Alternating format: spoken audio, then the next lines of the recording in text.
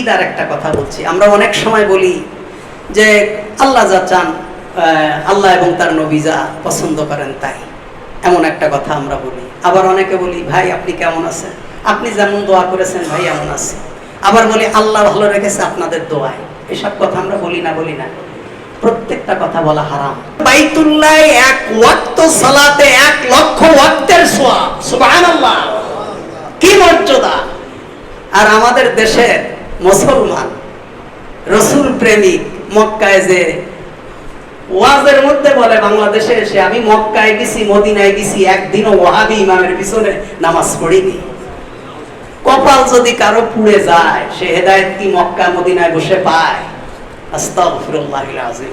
আমাদের শুধু করুণা হয় এই ধরনের মুসলমানদের জন্য, কারণ এই বাইতুল্লাহ শুধুমাত্র মুসলমানদের জন্য। ইন্নামাল মুশরিকুনা নাজাসুন ফালা ইয়াকরাবুল মসজিদাল হারাম। আল্লাহ বলছে মুশরিকরা হলো অপবিত্র, এদের জন্য বাইতুল্লাহ যাওয়া হারাম।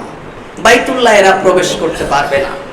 মুশরিক যারা তারা অপবিত্র, কিন্তু মুসলমান আসলে অপবিত্র নয়। বুখারীর একটা বর্ণনা, আল্লাহ রাসূল সাল্লাল্লাহু আলাইহি ওয়াসাল্লাম আবু হুরায়রা রাদিয়াল্লাহু তাআলা আনহুকে দেখলেন। আবু হুরায়রা রাদিয়াল্লাহু তাআলা আনহু রাসূলুল্লাহর হাত ধরে হাঁটছিলেন। কিছুক্ষণ পর আবু হুরায়রা রাসূলুল্লাহর হাত ছেড়ে দিয়ে বাড়িতে চলে গেলেন।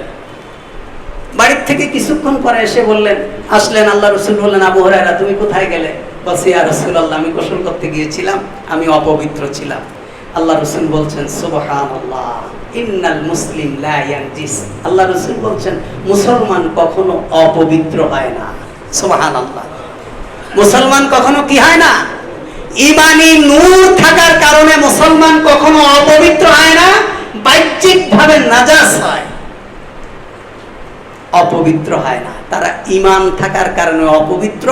আর আল্লাহ বলছেন ইন্নামাল মুশরিকুনা নাজাসুন, মুসলমানরা যত ধরনের উন্নত পদ্ধতিতে গোসল করুক না কেন, ওরা কি মুশরিক, ওরা অপবিত্র, কারণ ওদের ভিতরে ঈমান নেই, ঈমানের নূর নেই।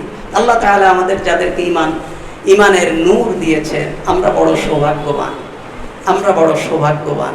আমাদের উপর আল্লাহ তাআলা রহম করেছেন, কারণ আল্লাহ তাআলা আমাদের উপর যদি দয়া না করতেন, আল্লাহ তাআলা যদি আমাদের উপর রহম না করতেন, তাহলে আমরা ঈমানদার হতে পারতাম না।